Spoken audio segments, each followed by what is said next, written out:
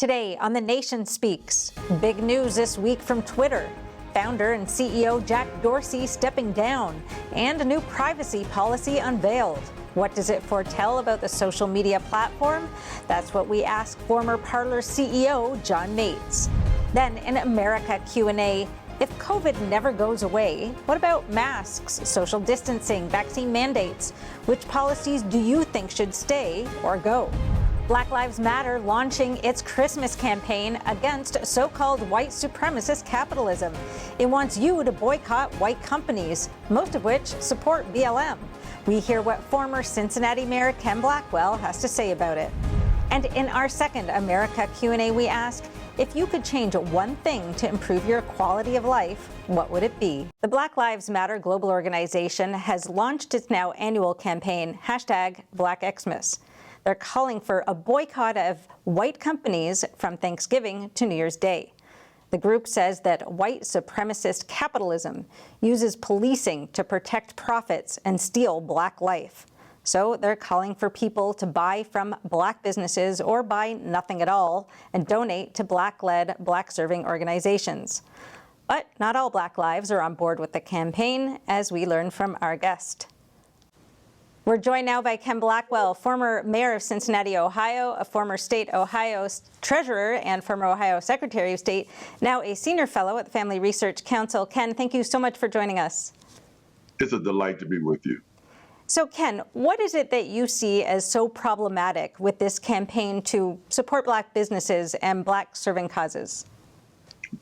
Black Lives Matter, by their own admission, is a Marxist organization. So it is almost, it's so ludicrous that a Marxist organization that doesn't believe in God is talking about boycotting Christmas. Look, totalitarians and authoritarians across the globe and throughout history have hated capital and capitalism, a system that has become the most powerful economic force in all of human history. And so this organization that is talking about boycotting Christmas when they don't even believe in God and the essence of the Christmas celebration. Our economy is the most powerful economy in not only all in human history, but today it is very, very powerful.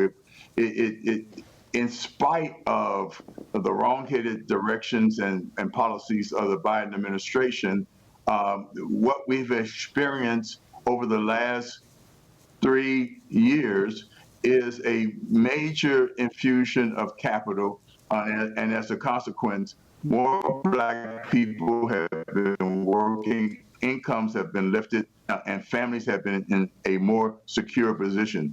This is highly irresponsible, and I think it's going to fall flat on its face. So let me ask you this. I mean, they're clearly Marxist. They even say on their website, we seek not to replace white capitalism with black capitalism, but to shake off the call to rampant consumerism and use our dollars intentionally to build black community. So they're definitely against capitalism and supporting Marxism, but why is that an assault on Christmas itself? Well, essentially, they're using Christmas as a point to rally around. And I think it's so consistent with the fact that they don't believe in Christ, they don't believe in God. They, in fact, understand that in order to gain political control, what they have to do is destroy the notion that our human rights, our fundamental human rights, are gifts from God, not grants from government that they control. By chasing God and faith out of the public square, destroying the family that has been the history of Marxists throughout history, they in fact can build dependency on their government largesse. We are the freest nation in the world because we've put a harness on the reach and power of government, and we've optimized individual liberty. And one of the things that we know, those of us who have studied the family, is that in 1960, there were as many intact black families as intact white families. With the Great Society program that created an incentives to destroy and destruct families and to run fathers who were not working or who were of low income out of the family, they have in fact contributed to a building dependency on the welfare state. That's what Marxism is all about. And in fact, those of us who know better cannot sit on the sidelines in this. We must join the fight right there in their face and say, here is the proof that this capitalism is the most productive and the greatest economic force in all of human history. And there have been not just millions, but billions of people across the globe and domestically that have in fact been pulled out of poverty as a consequence of economic expansion and capital formation in not only their neighborhoods, their cities, but in this nation. So one would think that big successful companies would know that, and yet a lot of big corporations that are supporting BLM are the same ones that BLM is calling to boycott: Amazon, Apple, DoorDash. You know, there's many of them. What do you imagine those corporations are thinking, and why don't they get the point you just made? Well, they're probably saying, ouch, because Black Lives Matter is biting the hand that feeds them. You know, I think erroneously, these are chickens coming home to roost, and this should be a real teachable moment for these woke corporations, that these folks are not about economic growth and expansion and freedom. They are about their status, and they're about controlling citizens who, well, not citizens, subjects who are dependent upon government largesse.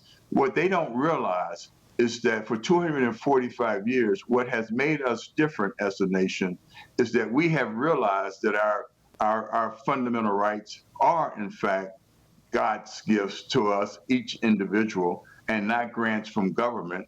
We are not subjects. We are free will citizens, and that is what has made America great.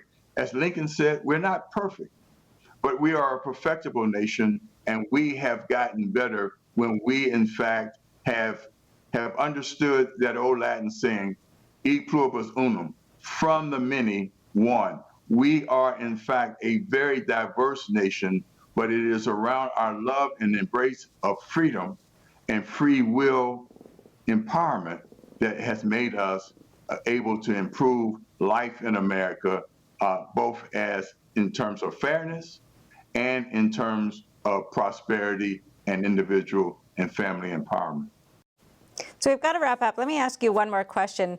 BLM is a very loud voice out in the public and in social media.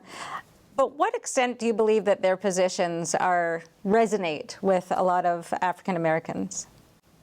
Well, I think more and more folks are starting to stand up and push back.